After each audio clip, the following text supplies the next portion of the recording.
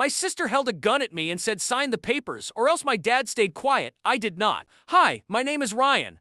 I'm a 28-year-old from Atlanta, Georgia. For most of my existence, I truly believed my family was my greatest strength and my safe haven. However, I've since discovered the difficult way that some havens are constructed on sand, and the tide can turn in an instant. This is my narrative. The pistol's barrel was completely motionless. Her hands weren't trembling. Neither were mine. My sister Eleanor stood just a few feet away with her finger curled on, the trigger in her eyes narrowed with a look I once mistook for unwavering resolve. Sign the documents, she hissed, her voice taut with fury. Or else? Our father sat in the corner quiet and observant. His silence was far more piercing than the gun. I looked at her then, at him, and a faint smile touched my lips. Just take a look at this, I whispered, sliding my phone across the table. Her eyes flickered downward. She turned to Ashen. 5 seconds later, a loud thud echoed through the room. It wasn't always threats and firearms. Eleanor used to climb into my bed when thunderstorms rattled the windows. She'd grasp my hand and whisper, "Don't let go," and I never did. I supported her through heartbreaks, through failed ventures, through every difficult situation she created. Dad called her delicate. Mom called her sensitive.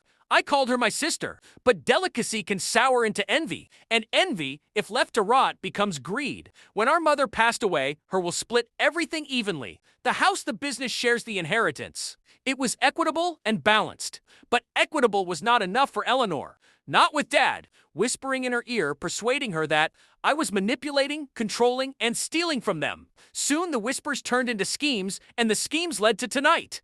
The initial fracture was subtle. I once overheard them, Dad and Eleanor, in the study. His voice was low, hers was sharp. The words were fragments, signatures, power of attorney. Force her to do it. I left before they saw me, but I understood. Then the papers appeared, documents shoved across the table, demanding I transfer my portion of the estate. The language was clean, refined, and dripping with legal poison. I refused. That's when the text messages began. Eleanor's tone shifted from pleading to menacing. Dad's silence, his refusal to intervene, spoke volumes. And then tonight, when they cornered me in the old dining room, pistol in hand, documents spread across the table like a sacrificial rite. I could have given in to panic. I could have begged. Instead, I remembered the camera, the tiny lens I had installed in the chandelier 3 weeks earlier. After that conversation, it recorded everything, every threat, every whisper, every weapon pointed at my chest.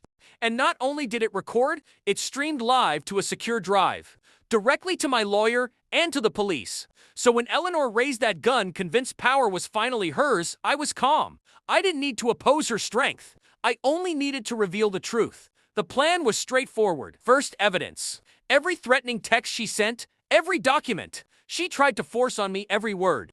Dad whispered I had it all safely backed up. Second, exposure.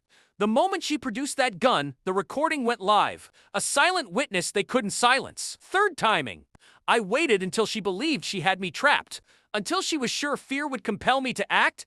That's when I slid the phone across the table. On the screen was a live feed of her with the gun raised, her face contorted, and a small red light in the corner. Recording. Her face went blank. The color drained away like ink and water. "What is this?" she stammered. I leaned back, composed. "Insurance." Dad shifted in his chair finally, speaking his voice low and bitter. "You wouldn't—" I met his gaze. I already did. The loud noise that followed wasn't the gun. It was the front door.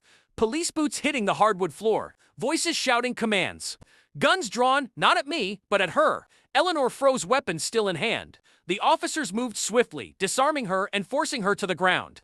Dad's protests died in his throat when they read the charges. Assault, coercion, conspiracy. And me, I didn't move, didn't flinch, didn't smile this time. I simply watched as the people who were meant to be my protectors realized they had been outsmarted every step of the way by the very person they thought was weak.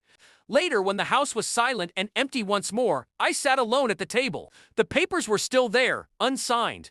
The pen lay beside them, useless. I thought about Eleanor's face when she saw the video, the moment the illusion of her power shattered. And I thought about Dad's silence, how he had viewed me my entire life, not as a son, but as a tool. Tonight I became something different. Not a tool, not a victim, not a pawn in their game. I became the one holding the board. They wanted my signature. They got my signature move instead. And as I walked away leaving the papers behind, only one thought echoed in my mind. They pointed a gun at me to take everything. But in the end, I was the one who pulled the trigger. What lesson did you learn from this story? Please let me know in the comments.